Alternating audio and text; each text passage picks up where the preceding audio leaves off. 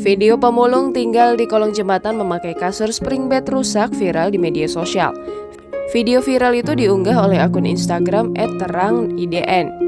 Dalam unggahan video itu memperlihatkan seorang pemulung sedang berjalan menuju tempat tinggalnya.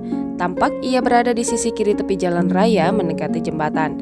Terlihat di kolong jembatan aneka perabot rumah tangga. Ada hamparan tanah yang cukup luas dan bersih. Air sungai mengalir di depannya. Seperti diketahui, dalam unggahan video tersebut pemulung ini tinggal di bawah jembatan yang berada di salah satu kabupaten Ngawi, Jawa Timur. Namun belum jelas persisnya di mana dan kapan waktunya.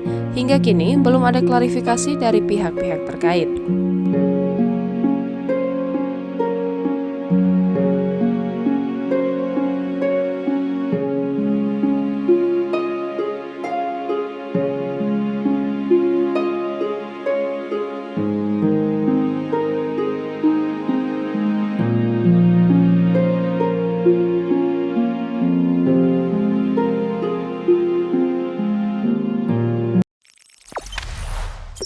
Jangan lupa subscribe, share, komen, dan like ya.